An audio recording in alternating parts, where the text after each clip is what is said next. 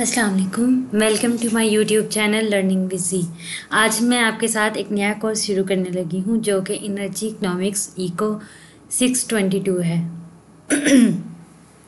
Lesson number 1, introduction to energy economics. कि energy economics क्या होती है। सबसे पहले हम पढ़ेंगे कि एनर्जी के फंडामेंटल्स क्या हैं, एनर्जी क्या होती है। तो यहाँ पे हम थोड़ा सा फिज़िक्स वाली साइड पर जाएंगे कि physicist and engineers define energy as the capacity to do work, यानी कितनी कैपेसिटी है हमें कोई काम करने के लिए, तो उसको हम कहते हैं energy. Work is a general form term to most of us. It signifies everything from shoveling snow off the driveway to making out an income tax from studying for an मतलब आप डिफरेंट काम जो हो सकते हैं वो work के form है।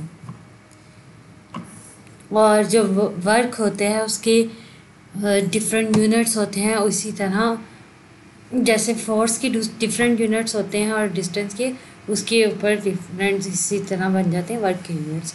और वर्क का फार्मूला होता है फोर्स इनटू डिस्टेंस, के कितनी फोर्स लगाई और कितना उसने डिस्टेंस कवर किया। तो यहाँ ये डिफरेंट काइंड ऑफ यूनिट्स लिखे हुए हैं। जो इसका साइंटिफिक यूनिट है वो जूल होता है, जिसमें फोर्स का साइंटिफिक यूनिट न्यूटन और डिस्टेंस का मीटर होता है। Energy is often express in the units of joule और foot pounds. We may also find it convenient to work in terms of rate of use of energy, जिसको हम कहते हैं power, यानी गिवन टाइम में कितनी एनर्जी कंजप्शन हुई या कितना काम हुआ उसको हम कहते हैं पावर। पावर और एनर्जी रिलेटेबल होते हैं। एनर्जी होगी तो पावर इनटू टाइम और पावर होगी तो energy by time. In the metric system for power we use units of watt. 1 watt is equal to 1 joule per second. और मतलब ये डिफरेंट यूनिट्स होते हैं और पावर भी एक यूनिट होता है, किलोवाट भी यूनिट होते हैं, तो डिफरेंट यूनिट्स हो सकते हैं। जो कि हम इलेक्ट्रिसिटी के लिए कॉमन यूज़ होता है वो किलोवाट आवर का होता है, ये भी एक कॉमन यूनिट है। आगे चलते हैं। इंट्रोडक्शन, रिन्यूएबल एनर्जी, यानी वो एनर्जी जिसको हम बार बार यूज़ कर सकते हैं। In dealing with energy resources and energy use, it is often necessary to distinguish between renewable and non-renewable. Renewable यानी बार बार जिसको यूज़ कर सकते हैं, non-renewable जो एक दफ़ा जिसने एनर्जी दी और फिर वो उसकी एनर्जी अब यूटिलाइज नहीं हो सकती। The non-renewable resources are those that could be exhausted within a relatively short time as a result of our exploiting them. Renewable resources can never be consumed to completion. There is not always complete agreement on the definition of renewable and non-renewable. Some would classify a given category of resources under the heading of renewable, while another, for equally valid reason, would consider it non-renewable. आगे examples देख लें। Non renewable में coal, oil, natural gas, shale oil, tar sand etcetera आ जाएगा, क्योंकि कोयला जब एक दफ़ा ख़त्म हो गया इस्तेमाल होके, ऑयल या नेचुरल गैस ये सारा कुछ, तो ये दोबारा एनर्जी प्रोवाइड नहीं कर सकते। जबकि कुछ जो हैं न्यूक्लियर रिएक्शंस जिनके अंदर फिशन हो सकती है, फ्यूजन हो सकती है, या जियोथर्मल एनर्जी, ये वो हैं जिनको हम बार बार यूटिलाइज कर सकते हैं। We have only 3 sources of renewable energy. कौन कौन सी? सोलर यानी सूरज की एनर्जी से, जियोथर्मल जो है, और टाइड्स जो समंदर में बनते हैं, मदर जजर भी जिसको कह सकते हैं। All energy sources based on solar energy incident on earth, direct sunlight, wind, hydroelectric power, ocean currents, ocean thermal gradients and biomass are renewable. अब हम चलते हैं नेक्स्ट टर्मिनोलॉजी, न्यूक्लियर एनर्जी की तरफ। Nuclear energy is a form of energy generated through the process of nuclear reaction. यानी nucleus के अंदर जो रिएक्शन हो रहे हैं और उससे जो एनर्जी प्रोड्यूस हो रही है उसको हम न्यूक्लियर रिएक्शन कहते हैं, जिसमें दो तरह के मेजर रिएक्शन होते हैं। एक होता है फिशन रिएक्शन और एक होता है फ्यूजन रिएक्शन। फिशन होता है टूटने से, ब्रेक होने से, यानी जो न्यूक्लियस है, एक न्यूक्लियस वो दो या दो से ज़्यादा न्यूक्लियाई में टूट गया है, बिखर गया है, वो न्यूक्लियर होगा। और फ्यूजन होता है फ्यूज से, मिलने से, यानी दो या दो से ज़्यादा न्यूक्लियस जो हैं वो मिल के एक न्यूक्लियाई बना रहे हैं, तो वो न्यूक्लियर फ्यूजन रिएक्शन होगा। Nuclear power plants primarily use nuclear fission to generate electricity, क्योंकि फ्यूजन से हमें एनर्जी तो बहुत ज़्यादा मिल जाती है, लेकिन उसको स्टार्ट करने के लिए हमें एनर्जी बहुत ज़्यादा रिक्वायर्ड होती है। In nuclear fission, the nucleus of a heavy atom such as uranium or plutonium is split into smaller nuclei, releasing a significant amount of energy in the process. This energy is harnessed in nuclear power plant by controlling the chain reactions of fission through the use of control rods and coolant. क्योंकि अगर आप में से कोई पहले physics student रहा हो तो आपको पता होगा कि जब न्यूक्लियर रिएक्शन शुरू होता है तो हमारे पास एक रिएक्शन से 3 न्यूट्रॉन्स ऐसे निकलते हैं जो फर्दर रिएक्शन करते हैं। अब वो 3 फर्दर जो हैं, हर एक से 3 निकलेगा 9, फिर 9 से 27, यानी वो बढ़ता जाएगा तो एक बम की तरह एक्सप्लोड हो जाएगा। तो चेन रिएक्शन जो चलाना होता है पावर प्लांट के लिए, उसमें उन दो हर रिएक्शन में से जैसे एक दफ़ा रिएक्शन हुआ 3 निकला तो 2 को एब्जॉर्ब करके एक न्यूट्रॉन आगे चलता है। तो इस तरह एक ही रिएक्शन होते होते हमें एनर्जी मिलती है। Energy economics and political picture. There have been proposed top 10 global concern among which energy is top of the list.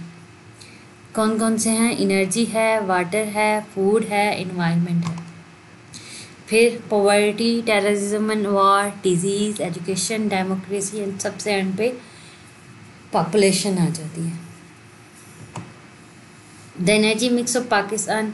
अच्छा ये 1 मिनट ये देख लें, ये एनर्जी मिक्स वो जो मैप बना हुआ है हमारे पास कि एनर्जी में कैसे कैसे मिल सकती है, जैसे furnace oil, natural gas, imported coal, renewable, nuclear, local coal, hydro, और ये सारा कुछ यहाँ पे इन्होंने बना के ग्राफ दिखा दिया है।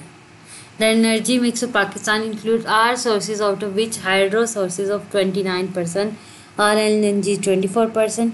ये सारा कुछ इन्होंने ग्राफ से परसेंटेज वाइज इधर लिख दिया है कि ये हमारी मुल्क में यूटिलाइज होते हैं। अब ये US एनर्जी मिक्स 2020 का, इसका देख लें। मेजर जो है पेट्रोलियम है, फिर ये नेचुरल गैस है, उसके बाद ये रिन्यूएबल सोर्सेज हैं 12%, और इसके अंदर 12% में कौन कौन से अलग से ये सारा ये लिखा हुआ है, और न्यूक्लियर, इलेक्ट्रिक पावर और कोल।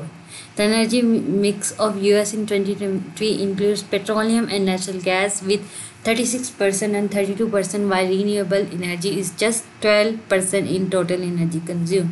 It is clear that biomass sources in the renewable energy has a largest share, being wind and hydroelectricity at second and third respectively. ये इसके लिहाज से उन्होंने लिखा है कि ये उनकी जो 2020 में एनर्जी कंजप्शन थी वो किस किस पैटर्न पे यूज़ हुई थी। अब ये चाइना की आ गई। अब चाइना में देख लें, मेजर जो है कोल यूज़ हुआ है, उसके अलावा बाकी चीज़ें हैं। The energy mix in China consists largely on coal, which is 59.3% of the total energy consumed in 2017, while oil is the second number, with hydro sources at third position, renewable and nuclear energy at 7.5 and 1.5% in the country. अब ये US की electricity generation जो है 1950 से लेके 2020 तक उन्होंने graph के अंदर बनाई है।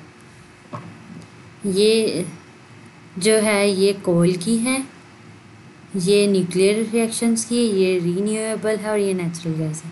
देख रहे हैं कि एक टाइम पे कोल जो है उसकी कंजप्शन ज़्यादा होती कितनी ज़्यादा बढ़ गई थी, जो कि पीक था ऑलमोस्ट एट 2010 से थोड़ा पहले की बात है। उसके बाद ये कम होते होते अब 2020 में काफ़ी कम चला गया था, क्योंकि कोयला जो है वो नुकसान भी पहुंचाता है, उससे कार्बन डाइऑक्साइड गैस बहुत निकलती है जो कि हमारी सेहत के लिए अच्छी नहीं होती, इसलिए उसका इस्तेमाल कम हो गया था। It is much clear from the above graph that electricity generation from all section in billion kilometers is based on 40% from natural gas, 21% from renewable energy sources, 20% from nuclear sources, and 19% from coal.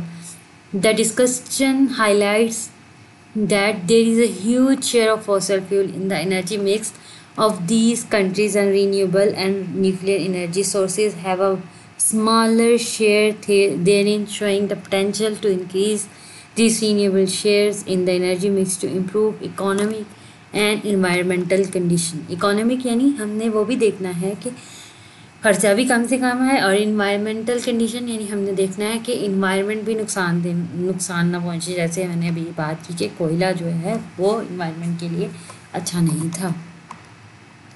Next chapter, lesson number 2, energy demand and supply, कि energy की कितनी demand है और कितनी energy supply हो रही है वो हमने पढ़ना है। एनर्जी डिमांड उसको कहते हैं कि हमें कितनी एनर्जी की ज़रूरत है। इंडिविजुअल्स को भी हो सकता है, किसी ऑर्गेनाइजेशन को भी हो सकता है, या किसी कंट्री वगैरह को भी हो सकता है। तो टोटल एनर्जी क्या होगी, और सप्लाई कि कितनी मिल रही है। Energy demand is influenced by several factors including population growth, economic development, technological advancement, energy efficiency measurement, यानी डिफरेंट चीज़ें हैं जिसके ऊपर ये डिपेंड करता है। और आगे चलें तो understanding and managing energy demand is crucial for ensuring a reliable and sustainable energy supply.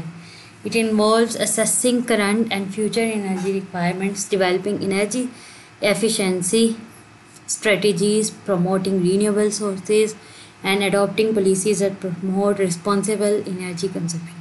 क्योंकि हमने कोशिश करनी थी कि रीन्यूएबल को यूज़ किया जाए, ताकि ये ना हो कि जो हमारे रिजर्व्स हैं वो ख़त्म हो जाए और बाद में एनर्जी क्राइसिस आ जाए. Energy demand can fluctuate over time due to various factors. दायर है जब आबादी बढ़ेगी तो भी एनर्जी डिमांड इंक्रीज़ होगी, रीन्यूएबल जो सोर्सेज नहीं हैं वो ख़त्म हो जाएंगे, तब भी फ्लक्चुएशन होगी और एनर्जी डिमांड बढ़ेगी. इसी तरह इन्वायरमेंटल कंडीशन हो सकती है, कुछ भी मतलब हो सकता है जिसकी वजह से एनर्जी की डिमांड अप एंड डाउन होती है. Primary energy demand refers to the total amount of energy required to meet the energy needs of a specific region or country before any conversion of transformation take place. It represents the total energy consumed by all sectors including residential, commercial, industrial, transportation and agriculture without accounting for any energy losses during conversion and distribution. Primary energy demand encompasses various forms of energy sources. कौन कौन से हो सकते हैं? Fossil fuels में क्या क्या आ जाता है? कोल, ऑयल और नेचुरल गैस आ जाती है. न्यूक्लियर एनर्जी आ जाती है, रीन्यूएबल एनर्जी हो गई, मुख्तलिफ और biomass. It provides a comprehensive view of energy consumption pattern and requirement of a given data. Measuring primary energy demand is essential for energy planning. यानी हमें पता हो कि हमारी प्राइमरी एनर्जी डिमांड क्या है, तो फिर हम देखेंगे कि हमने कितनी एनर्जी प्रोड्यूस करनी है, कितनी किस जगह पे सप्लाई करनी है, किस रीजन में कितनी रिक्वायर्ड है. ये plants under construction by fuel types, ये डिफरेंट उन्होंने फ्यूल टाइप्स दी हुई हैं, कैपेसिटी क्या है और उनके शेयर क्या हैं, ये यहाँ पे दी हुई है. It is clear in the table that plants under construction by primary fuel type in the world consist of 66.05% with the natural gas, with wind stood at second. यानी नेचुरल गैस सबसे ज़्यादा एनर्जी प्रोवाइड करती है. Wind mills जो होती हैं यानी हवा के ज़रिए से जो एनर्जी प्रोड्यूस करती हैं वो 17.69 हो सकती है. और इसी तरह बाकी चीज़ें आगे आगे आती हैं। नेशंस बाय ऑयल रिजर्व्स, यानी यहाँ पे हम मुल्कों की बात कर रहे हैं कि कौन सा मुल्क जो है उनके पास ऑयल रिजर्व्स कितने हैं। यहाँ देख लें आप ग्राफ के अंदर, सबसे ज़्यादा जो ऑयल रिजर्व्स हैं वो सऊदी अरेबिया के हैं और सबसे कम अंगोला और ओमान के हैं। Likely in the next table, the data in the percentage has been given from top 20 nations by reserve. It is clear that most reserves of oil are in Saudi Arabia. मतलब ये वही चीज़ है जो ऊपर ये graph के अंदर से बताइए कि ये दो में सबसे थोड़े हैं, फिर उसके बाद ये, यानी ओवरऑल देखा जाए तो ये नॉर्वे तक इन सब के रिजर्व्स बहुत थोड़े हैं। तो वही चीज़ यहाँ पे ऊपर डिस्कस की है। अब ये देख लें, ये नेक्स्ट ग्राफ एक दिया हुआ है कि कौन कौन सी कंट्री है जिसकी ऑयल प्रोडक्शन कितनी है, ऑयल प्रोडक्शन पर कैपिटा कितनी है।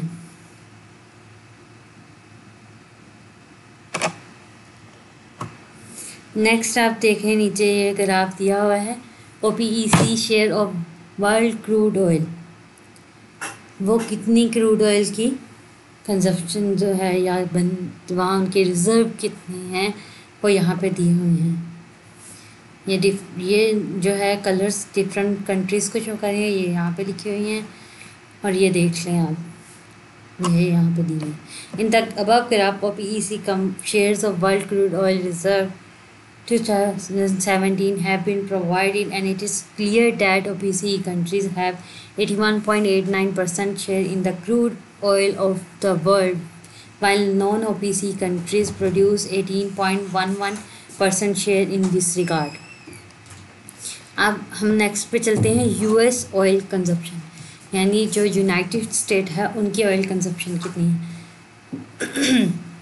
अब बेसिक ये चीज़ है कि US के पास इतना ऑयल नहीं है कि वो अपनी एनर्जी नीड्स को पूरा कर सके, क्योंकि अभी हमने पीछे ऊपर भी ग्राफ देखा था कि किस कंट्री के पास कितने ज़्यादा जो हैं ऑयल्स हैं।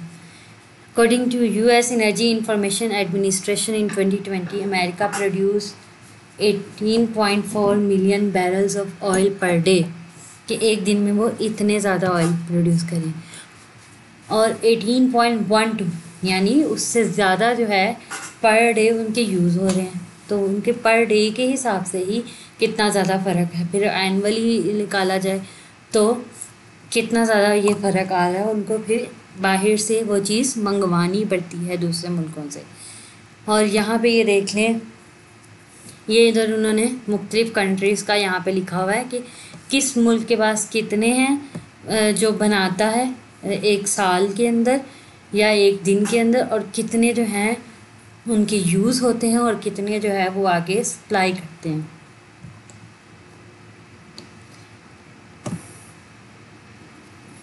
अब यहाँ पे US की डिपेंडेंसी लिखी हुई है नेट पेट्रोलियम पे कि कितनी उसको बाहर से मंगवानी पड़ रही है।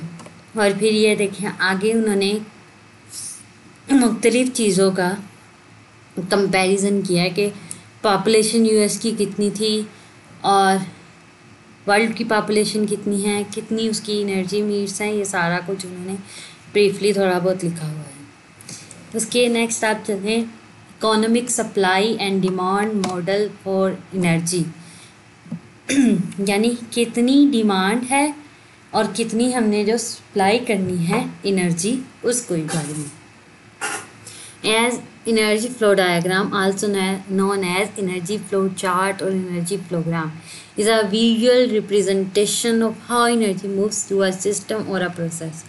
यानी को एक प्रोसीजर है कि एक एनर्जी है, पहली बात कि वो बन किस मेथड से रही है, सोलर से, हाइड्रो से, विंड से, न्यूक्लियर से, जिससे भी, फिर उसके बाद वो कितनी कितनी एनर्जी प्रोड्यूस हो रही है और फिर कितनी आगे यूटिलाइज़ हो रही है, जो कि रेजिडेंशियल भी हो सकती है, कमर्शियल भी हो सकती है और इंडस्ट्रियल भी हो सकती है।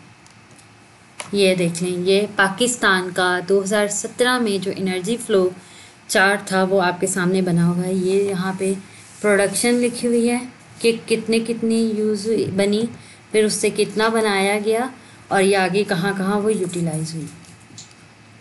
In 2017, Pakistan energy mix was primarily composed of fossil fuel, particularly natural gas, oil and coal. Renewable energy sources such as hydropower and wind power also contributed to the energy production. ये सारा कुछ जो है वो यहीं से इन्होंने देख के लिखा है कि आप देख लें यहाँ कितनी कितनी ये प्रोड्यूस हुई है। अब चलते हैं natural gas. Natural gas was the most dominant energy source इन पाकिस्तान, क्योंकि पाकिस्तान के पास नेचुरल गैस अवेलेबल है।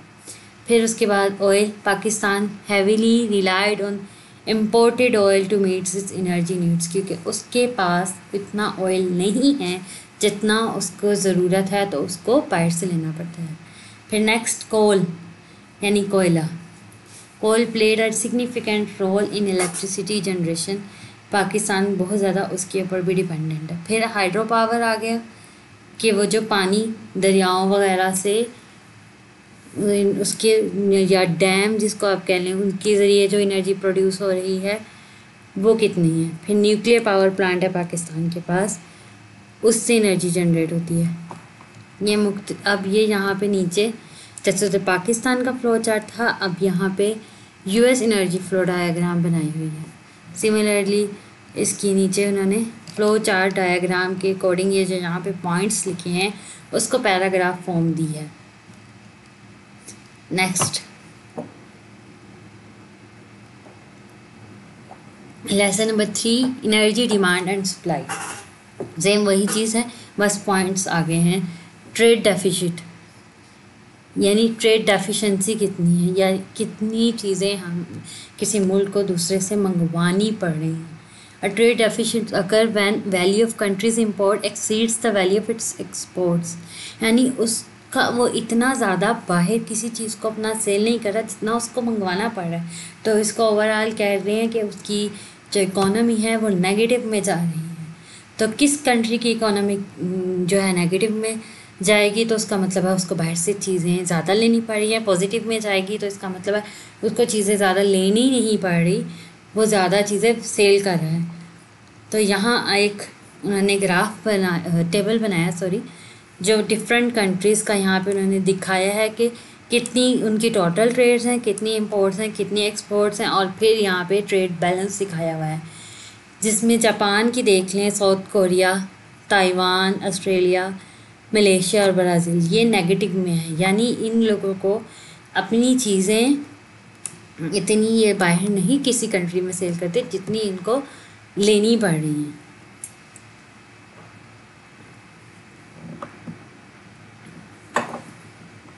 ये वही चीज़ है जो मैंने बोला है, वो इधर इन्होंने नीचे भी लिखा हुआ है। अब US trade with China, China से यूएस ने क्या ट्रेड किया अब ये देख लें, इंपोर्ट्स, एक्सपोर्ट्स और ये डेफिसिट, ये इसका ग्राफ दिया हुआ है। फिर अब oil prices have a long and complex history that has been shared by various geopolitical, economic and environmental factors. अब ये हिस्ट्री ऑफ ऑयल प्राइसेस लिखी हुई है डिफरेंट एरा से लेके, यानी 1862 से लेके ये कोई 2015 तक उन्होंने बताया है कि कितनी जो ऑयल की प्राइसेस रह चुकी थी, यानी कैसे कैसे बढ़ी है। फ्लक्चुएशन देख लें, पहले भी ज़्यादा थी, फिर कम हुई, फिर ज़्यादा हुई। ये वो 2015 तक ये टेबल बना हुआ है। Early years, the modern oil industry began in the late 19th century and the prices were relatively stable during the period due to limited global demand and supply, क्योंकि ये ऑयल जो है रीन्यूएबल सोर्सेज में नहीं आता, ये ख़त्म हो जाता है। जितना पहले किसी मुल्क के पास पहले था वो उन्होंने यूज़ कर लिया, ख़त्म हो गया, तो फिर उनको दूसरे मुल्कों से लेने की ज़रूरत पैदा हुई। जब वो दूसरे मुल्कों से लेने की इनको ज़रूरत पैदा हुई तो फिर क्या हुआ, उसकी फ्लक्चुएशन आना शुरू होगी कीमत के अंदर। राइज ऑफ OPEC, OPEC क्या है, organisation of petroleum exporting countries, वो कब बनी, 1960 में। और 1960 का आप ये ग्राफ देख लें, यहाँ पे जाके इसकी डिमांड बढ़ गई थी। पहले देख लें प्राइसेस कितनी कम कम थी, उसके बाद सडन इंक्रीज़ आया 1960 में, क्योंकि डिमांड बहुत इंक्रीज़ हो गई थी। ऑयल क्राइसिस इन द 1970, फिर ऑयल क्राइसिस आए, ऑयल की कमी हो गई। तो ये आप ग्राफ से ही देख लें, इसकी वैल्यू नीचे को आना शुरू हो गई, ये क्राइसिस हो गए थे तो कीमत फिर कम हो गई, फिर उसके बाद फिर इसकी कीमत ऊपर बढ़ना शुरू हो गई। Price volatility in the 1980s and 1990. In the 1980s, oil prices experienced a significantly decline as OPEC members engaged in the price war, resulting in oversupply. The prices remained relatively low throughout the 1990s due to weak global demand and increased non-OPEC production. 2000 boom and bust.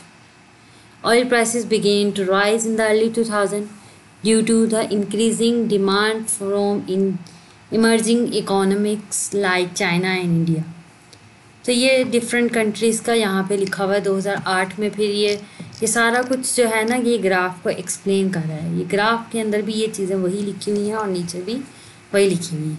आगे हम चलते हैं, shale revolution.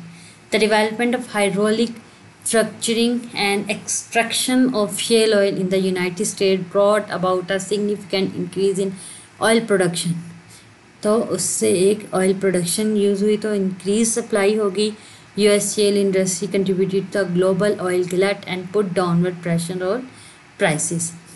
फिर recent years में चले जाएं तो pandemic आ गई, COVID-19. Oil prices experience notable volatility in recent years. In 2020, the COVID-19 pandemic caused a massive drop in global oil demand due to lockdowns, क्योंकि जब लॉकडाउन हो गए लोग अपने घरों में बैठे रहे तो पेट्रोलियम इंडस्ट्री की, पेट्रोल की हमें ज़रूरत ही नहीं पड़ी, ऑयल्स की ज़रूरत ही नहीं पड़ी, तो ऑटोमेटिकली क्या हुआ, प्राइसेस कम हो गई।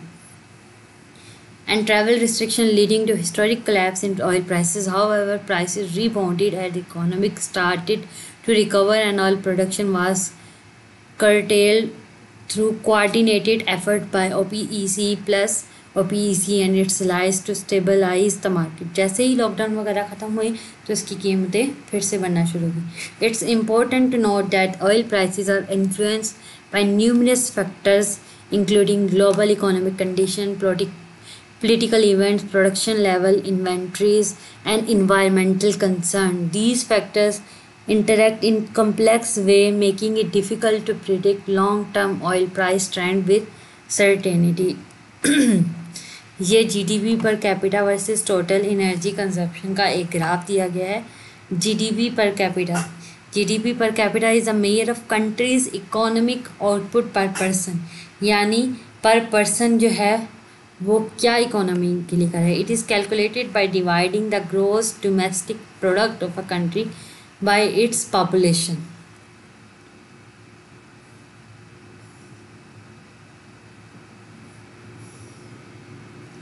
तो GDP represents the total value of goods and services produced within a country's border in a specific time period, यानी जो वहाँ की लोग हैं वो क्या काम कर रहे हैं, कितनी चीज़ें जो है वो प्रोड्यूस कर रहे हैं, कितना वो अपनी मुल्क की इकोनॉमी को बेहतर कर रहे हैं। Total energy consumption per capita. Total energy consumption per capita is a measure of the amount of energy consumed by individuals in a country. It includes energy used for various purposes like electricity generation, transportation, industrial, residential and commercial sectors, मतलब different sector में use है। The relationship between GDP per capita and total energy consumption per capita can vary depending on various factors including country's level of economic development, energy efficiency, industrial structure and energy sources. In general, countries with high GDP per capita tend to have high energy consumption per capita. This is because economic growth often leads to increased industrial activity, urbanization and higher standard of living. All of typically result in a greater energy demand. यानी जैसे जैसे urbanisation होगी, शहरों में लोग ज़्यादा आएंगे, या आप देख सकते हैं कि पहले इतनी व्हीकल्स वगैरह नहीं थी जितनी अब यूज़ हो रही है। जब व्हीकल वगैरह यूज़ होंगी तो ऑयल भी ज़्यादा यूज़ होगा, एनर्जी सप्लाई जो है वो ज़्यादा चाहिए होगी, यानी आप कह सकते हैं कि एनर्जी की डिमांड बढ़ गई है। लाइफस्टाइल की चेंजेस की वजह से high energy consumption per capita हो गई है। Energy and environmental picture, the graph of global carbon emission indicates that carbon emissions are on the rise from 1950 towards the current timings of the fossil fuels, cement and fossil fuels uses। ये देख लें। और आगे prediction भी दी है कि 2050 तक कितना ये हो जाएगा। It is clear that the next graph that global average surface temperature and sea levels are rising continuously while northern hemisphere snow cover the reducing which could lead toward climate change and flood। Climate change आएगा जब तो वहाँ पे snow जो है, ढकी हुई जो बर्फ़ है वो पिघलेगी तो फिर सैलाब वगैरह भी आ जाएंगे। तो ये उसका एक ग्राफ दिया हुआ है। There are some risk area highlighted due to environmental consequences in the world generally and in US specifically। Human activities such as burning of fossil fuels, deforestation, burning of fossil fuels जैसे coal, oil and natural gas, deforestation यानी जो पौधे हैं, जंगलात हैं, उनको ख़त्म कर दिया जाना। इंडस्ट्रियल प्रोसेसेस बहुत ज़्यादा हो रहे हैं। Agricultural practices have significantly increase the concentration of green house gases in the atmosphere, जिससे ओजोन लेयर भी ख़त्म हो रही है और जिससे ग्लोबल वार्मिंग इंक्रीज हो रही है।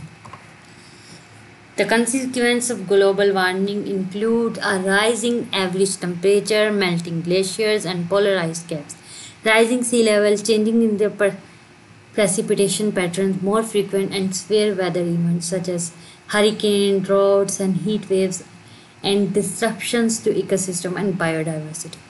Addressing the greenhouse effect and mitigating climate change required reducing greenhouse gas emissions, transitioning to cleaner renewable energy sources, improving energy efficiency, promoting sustainable land use practices and adopting other measures to limit the human impact on the environment।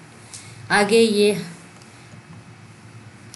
एक graph दिया हुआ है prediction का कि 2054 तक कितना ज़्यादा कोयला इस्तेमाल हो चुका होगा। ये उन्होंने एक प्रेडिक्शन दी है कि पहले उन्होंने देखा है कि क्या ट्रेंड चल रहा था, उसको देखते हुए उन्होंने देखा कि ये कितना ज़्यादा यूज़ हो जाएगा। Hashimoto predicted the energy consumption in the increasing from 1.28 times since 1990 to 2014 and 1.018 increase every year since 1990। This has caused environmental damages कैसे, जैसे कोयला बहुत ज़्यादा अगर यूज़ हो रहा है, कोयला बहुत ज़्यादा यूज़ होने से कार्बन डाइऑक्साइड गैस जनरेट हो रही है जो ऑक्सीजन को कम कर रही है और जो है जिससे ग्लोबल वार्मिंग भी इंक्रीज़ हो रही है। फ्यूचर एनर्जी चैलेंजेस, अगर कोल यूज़ हो गया है, ख़त्म हो गया, वो नॉन रीन्यूएबल सोर्स है, तो हमारे पास एक एनर्जी सोर्स बहुत बड़ा जो है वो ख़त्म हो जाएगा। डिफॉरेस्टेशन अगर हो रही है तो हमारे पास फॉरेस्ट ख़त्म हो जाएंगे, तो हमारे पास ऑक्सीजन सप्लाई भी कम हो जाएगी, तो मुख्तलिफ चैलेंजेस आ जाएंगे। The future global energy prosperity and the terawatt challenge includes to provide the energy prosperity to the 10 billion population like of those developed countries। For this, a couple of kilowatt hours per person we would need to generate 60 terawatts around the planet। यानी इतना ज़्यादा हमें energy जो है वो produce करनी पड़ेगी, which is equivalent of 900 million barrels of oil per day। It is nonetheless mentioned that we produce 90 barrels of oil per day। अभी 90 बैरल्स हो रहे हैं और हमें तब कितने चाहिए होंगे, 900 million barrels। In this decade we will peak the amount of oil that is produced worldwide। Energy per capita refers to the amount of energy consumed by individual within a specific population। Energy per capita is influenced by various factors such as industrialization, technological advancement, energy efficiency and lifestyle pattern with in a country, यानी हमें industry के लिए भी energy चाहिए, technology advancement के लिए भी चाहिए होगी, और हमारी लाइफस्टाइल के पैटर्न के लिए, जैसे गाड़ी वगैरह चलनी है, व्हीकल्स चल रही हैं, इसमें भी हमें चाहिए। डोमेस्टिक पर्पसेस के लिए भी हमें एनर्जी चाहिए होती है। Gross domestic product per capita is the measure of economic output per person in a country. It represents the total value of goods and services produced within a country's border over a specific period divided by the population per capita. Provides a broad measure of average economic well-being and it's commonly used to compare the relative prosperity of different countries. यानी कौन सी जो country है उसके अंदर ये चीज़ ज़्यादा है तो वो खुशी की तरफ जा रही है, कि मतलब कि उनकी जो एनर्जी रिजर्व्स वगैरह हैं वो सारे कुछ उनके चल रहे हैं सही से, या अगर कम की तरफ जा रहे हैं तो उनको किसी और मुल्क से लेना पड़ेगा। तो ये करंट पैराडिग्म बना हुआ है। Likely the inverted paradigm environmental brunet curve suggests that solution towards the environmental problem will be solved at higher level of GDP per capita. ये उसका इन्वर्टेड बनाया हुआ है। और ये देख लें कि इंडस्ट्रियल जो है वो कितना ज़्यादा है। प्री इंडस्ट्रियल इकोनॉमिक्स भी कम थी और पोस्ट भी कम होगी। ये हमारा टर्निंग पॉइंट है। This means a country adds with environmental degradation at early stages, then a peak level of pollution with higher GDP occurs, then a higher level of GDP countries start using those production strategies which are environment friendly. Thus, EKC hypothesis suggests that initially environmental pollution increases with production, then at higher level of GDP it start decreasing. यानी उन्होंने अपनी country को pollution से बचाने के लिए control करना शुरू कर दिया। जैसे कि हम बात कर रहे थे कि कोल कंजप्शन जो है, जिसे हमने पीछे एक ग्राफ भी देखा था कि चाइना में कोल कंजप्शन बहुत ज़्यादा थी 2017 में, तो उन्होंने अपने उसको कंट्रोल किया तो उससे भी बहुत फ़र्क पड़ा। Energy fundamentals, lesson number 4, energy fundamentals. In this topic we will discuss concepts of work, energy, power, production and consumption. Energy की हम पहले भी लेसन नंबर 1 में भी बात कर चुके हैं कि कैपेसिटी टू डू वर्क है, कि कितना एबिलिटी है किसी में कि वो कितना काम कर सकता है। Colloquial perspective, being wiped out and unable to work, getting tired and unable to work, feeling full of energy. Philosophical perspectively क्या है, energy as a substance, energy as a wave. अब हम चलते हैं कुछ फिजिक्स रिलेटेड क्वांटिटीज़ की तरफ, जैसे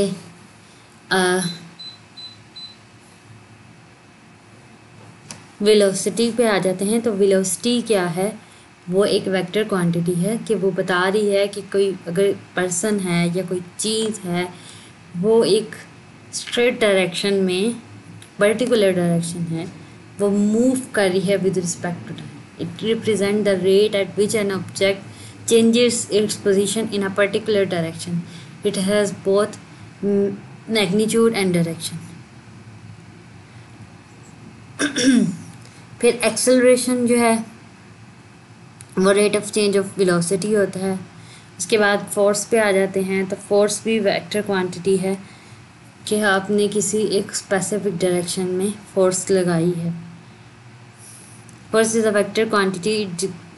It is described by Newton's second law of motion, which states that force equals mass multiplied by the acceleration, F is equal to ma.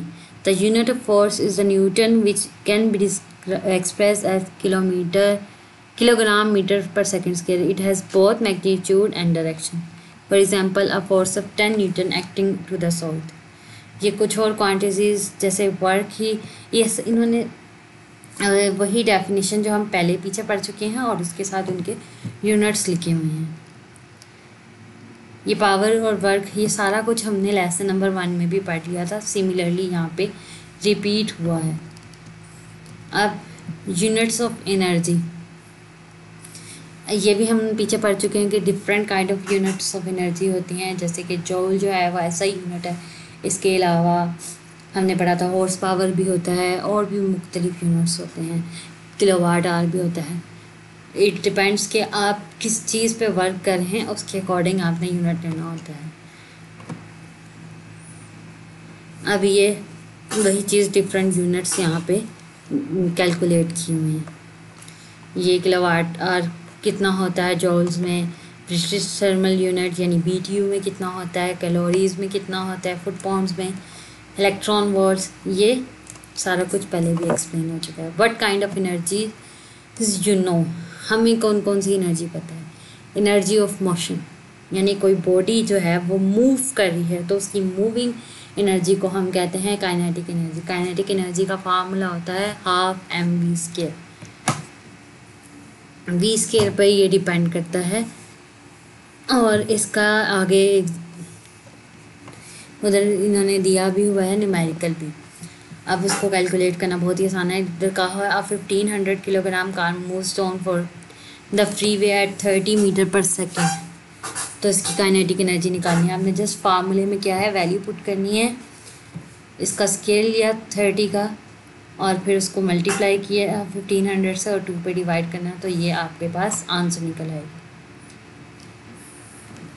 Energy of position, position के related जो energy होती है वो होती है पोटेंशियल एनर्जी, कि उसमें कितना पोटेंशियल है, जो होती है mgh। g होता है ग्रेविटेशनल एक्सेलरेशन, h यानी हाइट उसकी स्पेसिफिक के किस पोजीशन पे है, और मास जो है m उसका वो होता है कि कितना किलोग्राम है वो। तो ये भी यहाँ नीचे एग्जांपल भी दी होगी कोई कैलकुलेट करने के लिए। आगे चलते हैं। First example of energy conversion, energy conversion की। When the boulder falls off the cliff it picks up speed therefore gains kinetic energy. कोई चीज़ जो है ऊपर से गिरी है नीचे, उसकी स्पीड तेज़ होगी तो अब उसकी पोटेंशियल एनर्जी जो है काइनेटिक में चेंज होना शुरू हो जाएगी। और ये एनर्जी कहाँ से आई, ये उसकी पोटेंशियल एनर्जी ही उसमें चेंज होगी। The higher the cliff the more kinetic energy the boulder will have when it reaches the ground, energy is conserve. तो जितनी काइनेटिक एनर्जी होती है उतनी पोटेंशियल एनर्जी होती है। एनर्जी ऑफ हीट, हीट जो है वो भी एक फॉर्म ऑफ एनर्जी है। और things have more energy than their cold counter parts.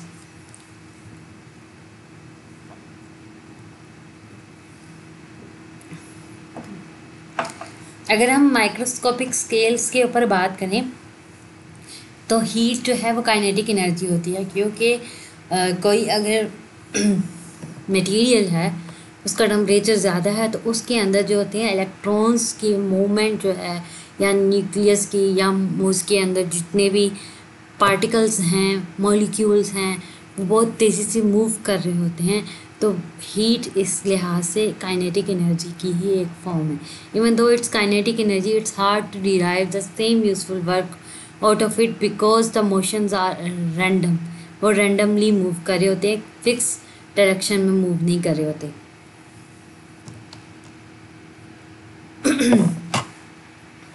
ये आगे एक टेबल दिया हुआ है, ये आप इसको कह सकते हैं प्रीफिक्सेस दिए हुए हैं कि 10 की पावर में किसको क्या हो तो किसको क्या कहते हैं। Energy can be measured in different units and these factors have been provided in the table. Usually electricity is measured in kilowatts or megawatt, while other energy units may be measured with more power, for example terawatt. Exponential growth, linear, semi-log, log representation. Exponential growth is a type of growth in which quantity increases at an accelerated rate over time, यानी बहुत तेज़ी से increase हो रही है। It is characterized by a constant proportionalized increase over intervals of equal interval of time. Exponential growth can be represented and visualized using different types of graphs, linear, semi-log and long log representation.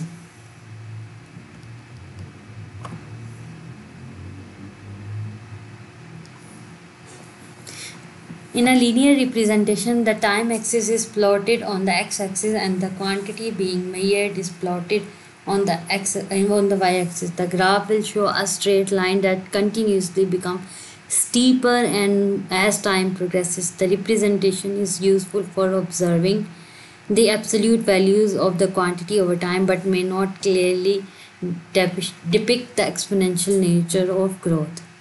ये देख लें, ये graph दिया हुआ है। और फिर semi-log representation क्या है? In the semi-log representation, the x-axis represents time, while the y-axis represents the logarithm of the quantity being here. By using a logarithmic scale for the y-axis, the exponential growth appears as a straight line. This representation allows for a better visualization of the exponential trend. The slope of the line in the semi-log plot corresponds to the growth rate of the quantity. आगे log representation. In a log representation, both x-axis and y-axis are plotted on a logarithmic scale. Logarithmic scale पे उसको plot करते हैं. This type of graph can provide insights into the relationship between two quantities that are both subject to the exponential growth. In the case of exponential growth, a log plot will show a straight line with a specific slope. The slope of the line represents the exponent of the exponential growth equation.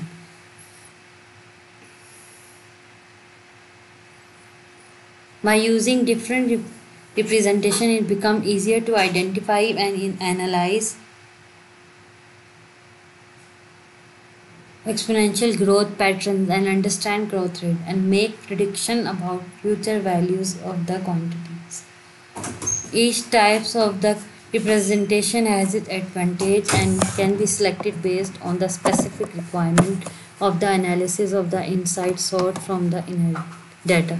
यानी हम सबसे ही कोई ना कोई फ़ायदा होता है, ये उस कंट्री के या किसी एरिया पे है कि वो किससे उनको कि कौन से टाइप का उनको ग्राफ बना के अपने लिए फ़ायदा लेना है. Automotive pertaining to vehicles, especially those designed for transportation on roads or other public spaces. Non-automotive, not related to vehicles or transportation on the roads. ये वीडियो में एनर्जी की वो डिफरेंट दिखाई हुई है कि कितनी ये यूटिलाइज कर रही है. Energy mix in the quad video has been provided with respect to production, trade and consumption in figure. यानी ये देख लें आप, ये डिफरेंट सोर्सेज हैं, कितनी बन रही है, फिर कितनी सप्लाई हो रही है, फिर ये रेजिडेंशियल कितनी, कमर्शियल कितनी, इंडस्ट्रियल कितनी, ट्रांसपोर्टेशन में कितनी यूज़ हो रही है. इससे सारा कुछ ये पता चल रहा है. अब चलते हैं हम अपने नेक्स्ट लेसन की तरफ. Lesson number 5, origin of fossil fuels. Oil, gas, coal are the part of fossil fuel-based sources. Petroleum, a broad term which includes both crude oil and natural gas. Or natural gas, a gaseous mixture of naturally occurring hydrocarbons. ये primary energy consumption है globally. और ये जो colours हैं कौन कौन से किस किस चीज़ को शो कर रहे हैं वो यहाँ लिखा हुआ है. तो आप यहाँ से देख लें कि सबसे ज़्यादा ऑयल है, फिर गैस है, फिर कोल है और ये बाकी थोड़ी अमाउंट में आ जाते हैं. The above figure shows the composition of primary energy consumption by the world. It is clear that oil has 34% share and gas has 24% and coal has 275.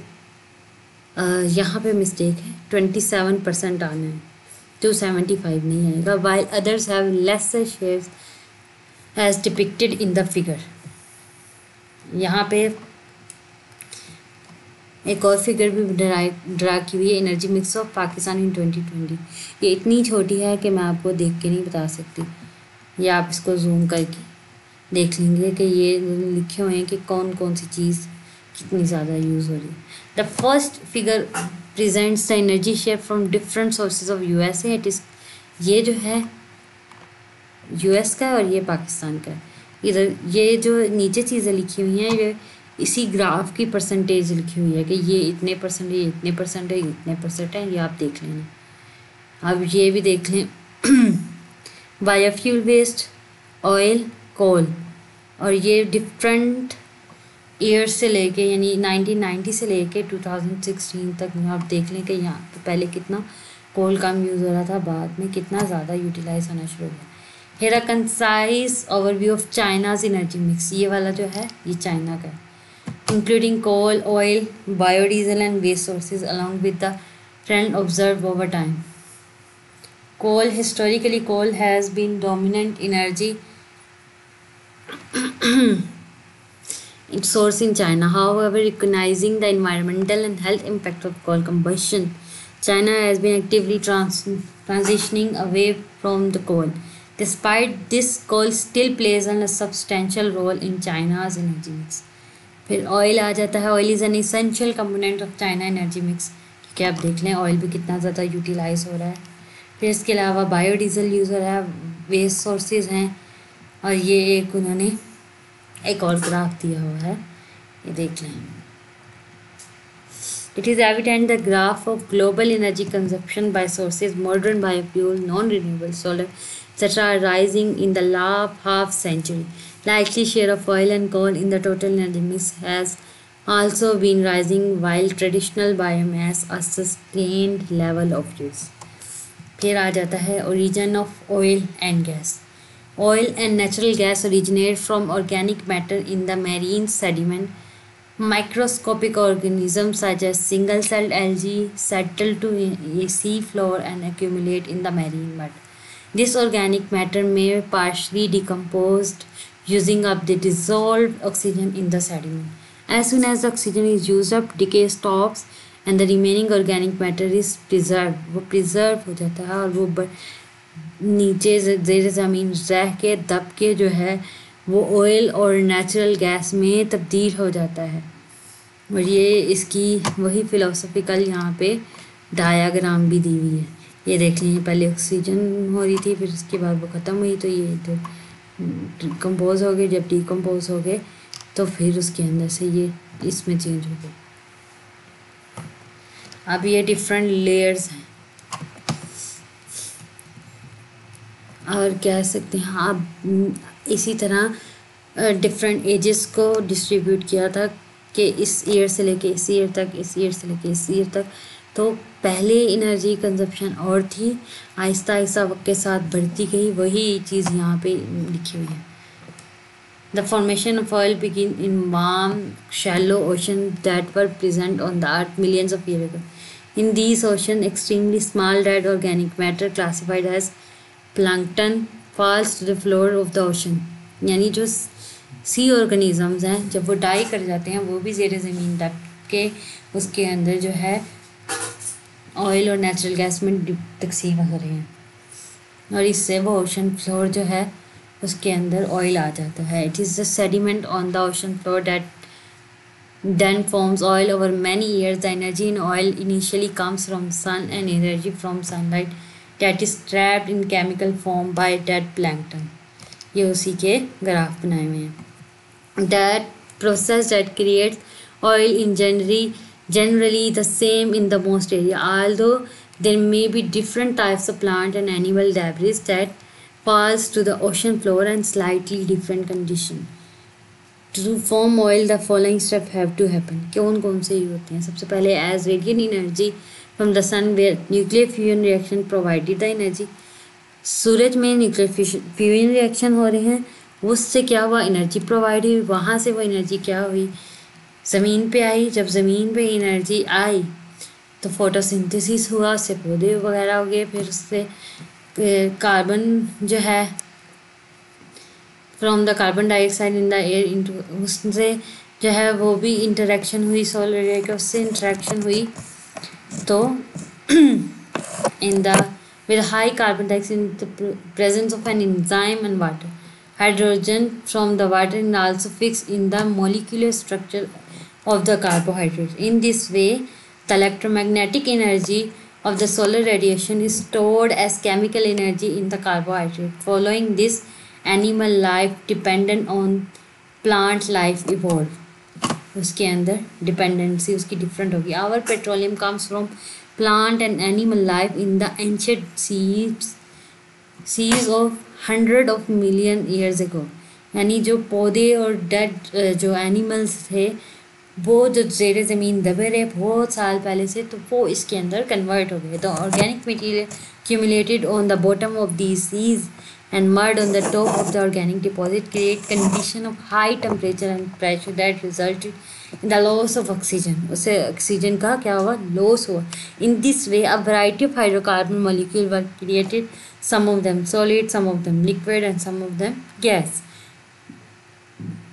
The liquids and gaseous hydrocarbon could travel rather large distances in the polar sedimentary rock. Eventually, under the influence of geological structure and gravity, some of hydrocarbon material accumulated in geological traps, such as shown in the figure 2.1.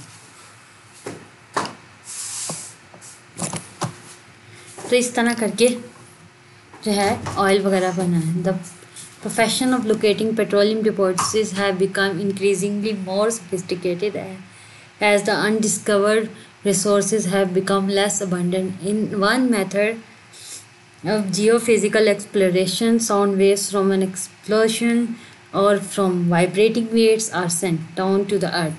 When these sound waves encounter the interface between layers of the rock, different acoustic properties, they are partially reflected back from the deep underground to the surface, where they can be read by a sensitive receiver called geophones. In this way, the exploration geologist can determine if an underground geological formation is likely to contain a significant reservoir of the petroleum। यानी इससे वो check कर रहे हैं कि कौन सी जगह है जहाँ पे ऑयल है, कौन सी जगह है जहाँ नेचुरल गैस है। जब उन्हें उससे पता चल जाता है कि यहाँ ऑयल डिपॉजिट या नेचुरल गैस डिपॉजिट है, तो फिर वो वहाँ पे उस जगह पे ही सिर्फ ड्रिल वगैरह करके उसको निकाल लेते हैं। सीज़मोलॉजी एंड ऑयल ऑयल प्रोस्पेक्टिंग। यानी अब सीज़मोलॉजी क्या होती है, सिस्मिक वेव्स क्या होती हैं। सिस्मिक वेव्स वो होती हैं अगर कहीं पे ज़लज़ला आया है या कोई मैन मेड एक्सप्लोजन है, तो उससे क्या है, एक वेव्स जनरेट होती हैं, उससे भी ज़मीन के ऊपर चीज़ों में फ़र्क आता है। Seismology plays a crucial role in oil prospecting, specifically in the process of locating potential oil and gas reservoirs beneath the Earth's surface.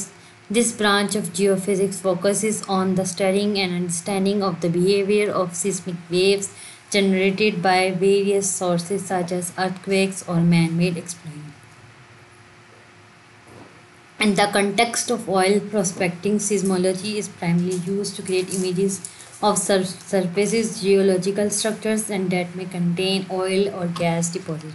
This technique is known as seismic reflection of seismic surfing। ये देखिए, ये भी एक diagram के through आपको दिखाया हुआ है। Here's a general overview how it works. Data acquisition. Seismic surveys involve the use of seismic sources, typically vibrosis, tracks or explosive, to generate controlled vibration or shock waves। यानी उसको कहते हैं man made, यानी हमने खुद से उसको generate किया।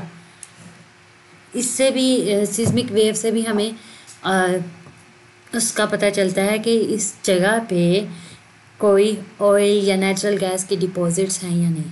फिर रिकॉर्डिंग स्टेशंस हैं, वहाँ पे ये जो वेव्स होती हैं वो रिकॉर्ड होती हैं, उसको वो मेजर करते हैं, उससे वो अंदाज़ा लगाते हैं, रिसीवर पे भेजते हैं, प्रोसेसिंग पे भेजते हैं, डाटा प्रोसेस होता है जिससे वो कैलकुलेट कर सकते हैं कि यहाँ पे कोई चीज़ है या नहीं है।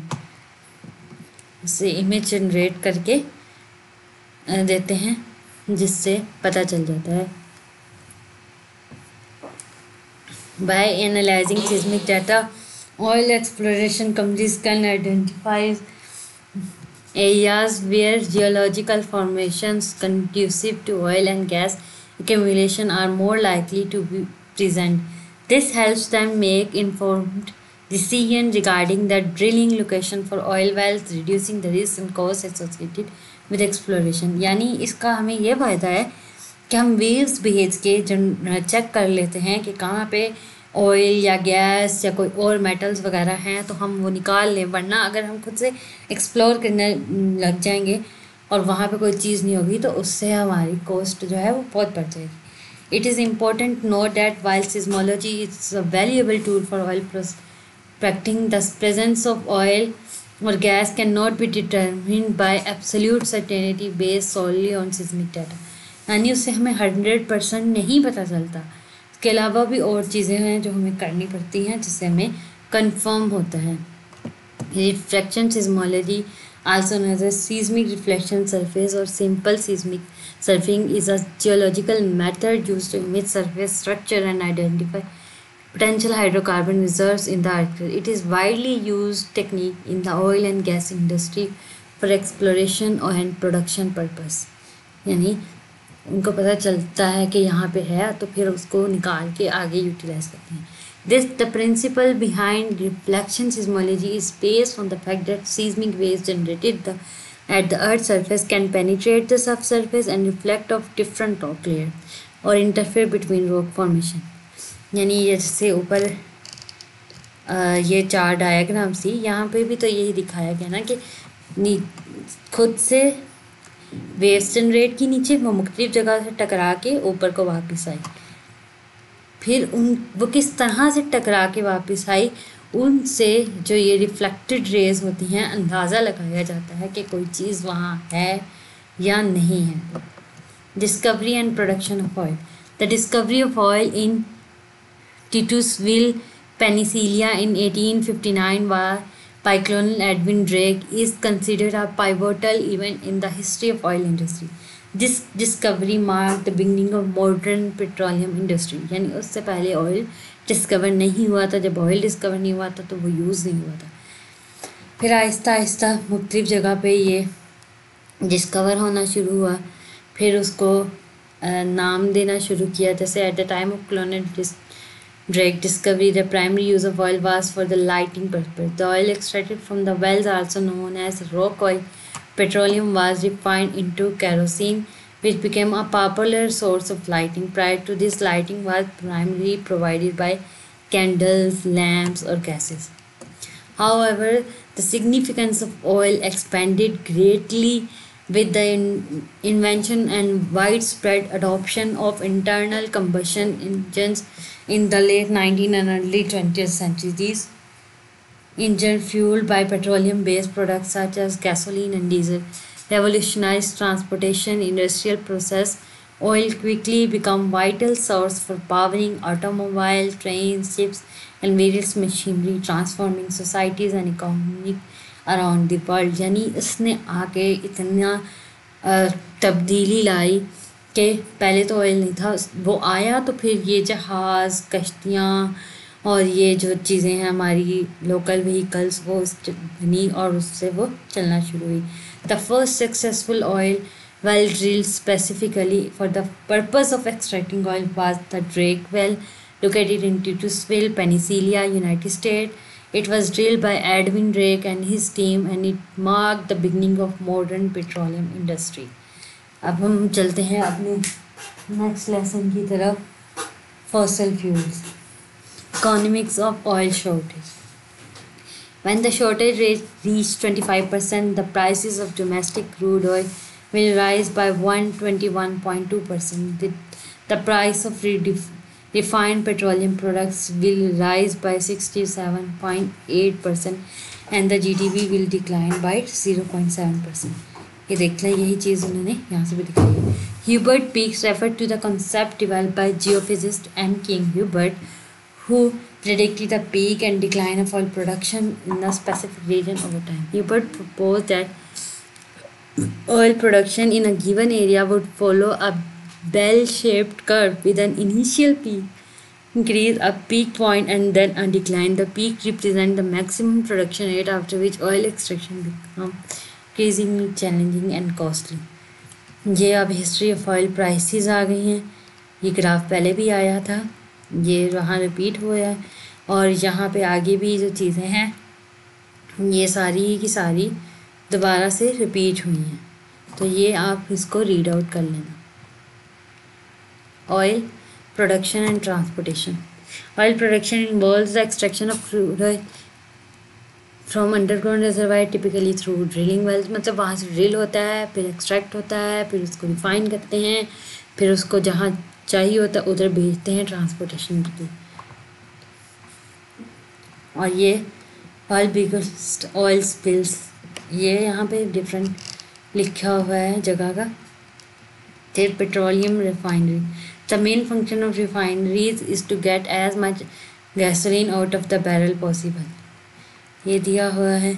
डिस्टिलेशन, जो हमारे पास मिलता है हमें लिक्विड, उसके अंदर मुख्तलिफ चीज़ें होती हैं, उसमें गैस भी होता है, ऑयल भी होता है, और भी डिफरेंट गैसोलीन वगैरह होती हैं, तो हम उससे मुख्तलिफ चीज़ें जो हैं वो निकालते हैं, उसको हम इस पूरे प्रोसीजर को कहते हैं डिस्टिलेशन। ये देख लें यहाँ पे इन्होंने अच्छे से प्रोसेस एक्सप्लेन किया। जब डिफरेंट टेम्परेचर्स होते हैं ना, कुछ चीज़ें कम टेम्परेचर पे निकलती हैं, कुछ ज़्यादा चीज़ों पे निकलती हैं, तो हमारे पास ये सारा कुछ निकल जाता है। अगले चैप्टर की तरफ चलते हैं। Lesson number 7, market of oil and natural gas, global oil production, the major oil producing countries of the world are listed in the table. ये देखिए ये टेबल दिया हुआ है, सबसे ज़्यादा जो है सऊदी अरेबिया वगैरह में है, तो ये टेबल दिया हुआ है, और आप इसको गौर से देखेंगे तो आपको इनके कितने रिजर्व्स वगैरह वो सारा कुछ पता चल जाएगा। OPC share of world crude oil reserve, ये दिखाइए किस मुल्क में कितना है, और it is much clear that OPC share of the world crude oil reserve 2018 इनमें 79.4% था। अब ये एक और पेट्रोल प्राइसेस इन पाकिस्तान ये शो किया हुआ है। The money made from oil can be divided into various company taxes, a portion of the revenue generated from oil goes toward taxes imposed by the government. फिर distribution and marketing, a percentage of revenue is allocated to cover the cost association with distribution and marketing oil. फिर refining में भी use होता है। आगे चलते हैं, shale oil from oil shale. About 50 million years ago, the Green River Formation, the most extensive deposit of oil shale in the United States, was covered by two large tropical lakes. Organic matter from the surrounding hills was deposited along with the sedimentary material on the lake bottom to the depth about 300 feet over a period of many millions of years। यानी ये discover हुआ, उसके अंदर से जो है वो उनको सोर्स मिला शेल ऑयल का। Through geological changes in the earth crust, these deposits were brought up to their present elevation. Erosion by rivers cut into the formation, leaving much of the oil shale now exposed. The oil shale or marlstone contains an organic substance called kerogen. Kerogen is a solid hydrocarbon wax-like substance that vaporizes when heated sufficiently. The shale oil that results from condensing these vapors can be further refined to produce gasoline, fuel oil and coke। तो उससे ये सारा कुछ generate होता है। अब है कि tar sand also referred as oil sand are combination of clay, sand, water and bitumen and heavily black viscous oil। ये सैंड प्रोसेसिंग यहाँ पे दी हुई है कि किस किस प्रोसीजर से ये सारा कुछ होता है, पिक्चर के साथ एक्सप्लेन किया गया। These tar sands are deposits of sand impregnated with a thick tar-like hydrocarbon substance which is very viscous crude oil called bitumen. Because of high viscosity of the bitumen, it will not flow like normal liquid petroleum into well from which it can be pumped to the surface. Instead, that tar sand must be mined as a solid material and transported to the processing plant where the bitumen is extracted by a stream of hot water. The bitumen can be refined as the same method uses heavy crude oil। फिर natural gas की तरफ आते हैं। Natural gas जो है उसका यहाँ पे ये यूनिट्स दिए हैं, फ्यूल ऑयल के यूनिट्स दिए हैं, उनका ये ग्राफ बनाया हुआ है। फिर मेजर गैस रिजर्व्स जो हैं डिफरेंट कंट्रीज़ के कितने हैं वो ये दिया हुआ है टेबल के अंदर। फिर पाकिस्तान के नेचुरल कितने हैं वो दिया हुआ है। अब आगे लेसन नंबर 8 पे चलते हैं, marketing of oil and natural gas. पहले fracking, hydraulic fracturing, Here is an impressive amount of natural gas in the reserve that countries of the world. The proved reserves of the United States are about 3% of the total. Large shale gas reserve was discovered mainly in Sindh and Khyber Pakhtunkhwa. The US Energy Informed Administrator EIA puts the estimate even higher than 51 trillion cubic feet of shale gas reserve in the Pakistan, which has ranked Pakistan 17 in the world terms of shale gas reserve. और सुई जो है, जो मुकाम है जिससे gas का नाम सुई गैस बना था, वो उसके भी यहाँ दिया हुआ है कि कितनी 300 million cubic feet per day वो गैस प्रोड्यूस करी है। ये मुख्तलिफ एरिया हैं जो यूनाइटेड स्टेट के, वो कितने फ्यूल्स हैं। अब ये फ्रैकिंग की पिक्चर दी हुई है। The significant increase in natural gas production in recent year can be attributed to the widespread use of hydraulic fracturing, commonly use as fracking in low permeable formation such as shale. Fracking involves injecting high pressure fluid into these previously inaccessible formation, creating fissures that enable to flow the gas. ये देख लें आप, यहाँ इन्होंने सारा कुछ explain भी किया है कि किस तरह ये ब्लो आउट्स होते हैं, फिर वो पानी और ये शेल और ये यहाँ से ऐसे रिकवर कर लेते हैं सारा कुछ। इश्यूज़ क्या आते हैं फ्रैकिंग से? लैंड राइट्स हो जाती हैं, पोल्यूशन होती है, ग्राउंड वाटर पोल्यूशन हो जाती है, टॉक्सिक केमिकल्स भी निकलते हैं, बड़े मसले होते हैं। आप चलते हैं कोल की तरफ। कोल deposits come from Carboniferous period some 320 million years ago. Long before the dinosaur region, there was a time ruled by forests of giant ferns, reeds and mosses. As these plants died, they fell into swampy waters to form rich layers of peat. These layers were typically sandwiched between layers of sediment like shale deposit. When water temporarily retreated, time, pressure and temperature converted the plant material to coal. उसको उसने कोयले में convert कर दिया। ये देख लें। Peat bogs are wetland ecosystem composed of partially decomposed plant material called peat. वही बात यहाँ पे रिपीट की गई है कि वो गीला एरिया है जहाँ पे ये पीट बॉक्स थे, फिर उसके बाद वहाँ पे ऑक्सीजन कम होना शुरू हुई। ये वही बात जैसे समंदर वाले एरिया की बात की गई थी कि वहाँ ऑक्सीजन कम होना शुरू हुई, फिर उसके बाद जो ऑर्गेनिक मैटर है वो डिके होना शुरू हुआ और वक्त के साथ साथ वो जो है वो इसके अंदर कन्वर्ट हो गया। In early 16 coal was discovered in the New World. अब ये हिस्ट्री ऑफ कोल दी हुई है, ये भी आप लोग देख लीजिएगा। फिर world coal supply and demand, the table presents the countries with highest level of coal reserves. ये देख लें, ये इसके अंदर के किसके पास कितने रिजर्व हैं मुख्तलिफ कंट्रीज़ का दिया हुआ है। The rate of annual coal consumption measured in equivalents of terawatt hours per year has been present in the graph below. It is evident that the Middle East, South and Central America are among the highest coal users as a region-wise segregation. ये coal consumption by region का एक graph दिया हुआ है different area का। ये देख लें, ये डिफरेंट कंट्रीज़ यहाँ लिखी हुई हैं।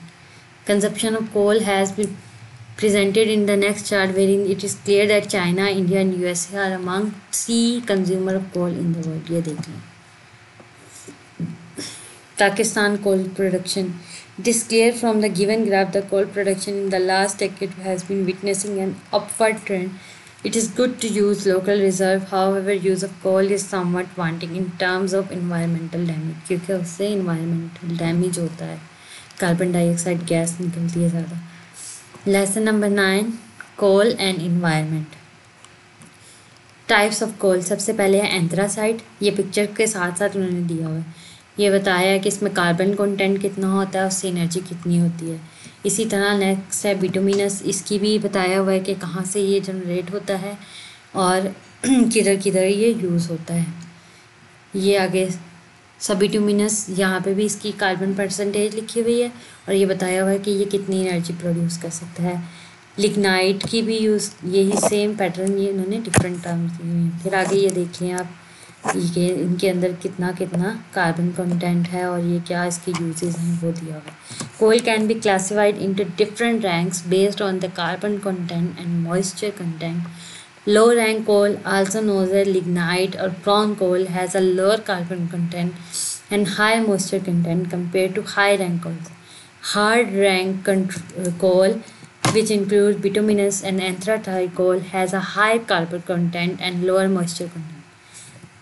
अब आगे हम चलते हैं कि इनके फ़ायदे वगैरह क्या हैं। Low rank coal is less energy dense, इसमें एनर्जी कम है और इसमें मॉइस्चर कंटेंट ज़्यादा है, which make it less efficient to combustion compare to the high rank coal, क्योंकि इसमें जब हम इसको चलाएंगे तो उसमें मॉइस्चर तो ज़्यादा था, वो तो हवा में उड़ जाएगा, तो हमें फ़ायदा कम होगा। It is often use for electricity generation in power plants, particularly in region where it is abundant.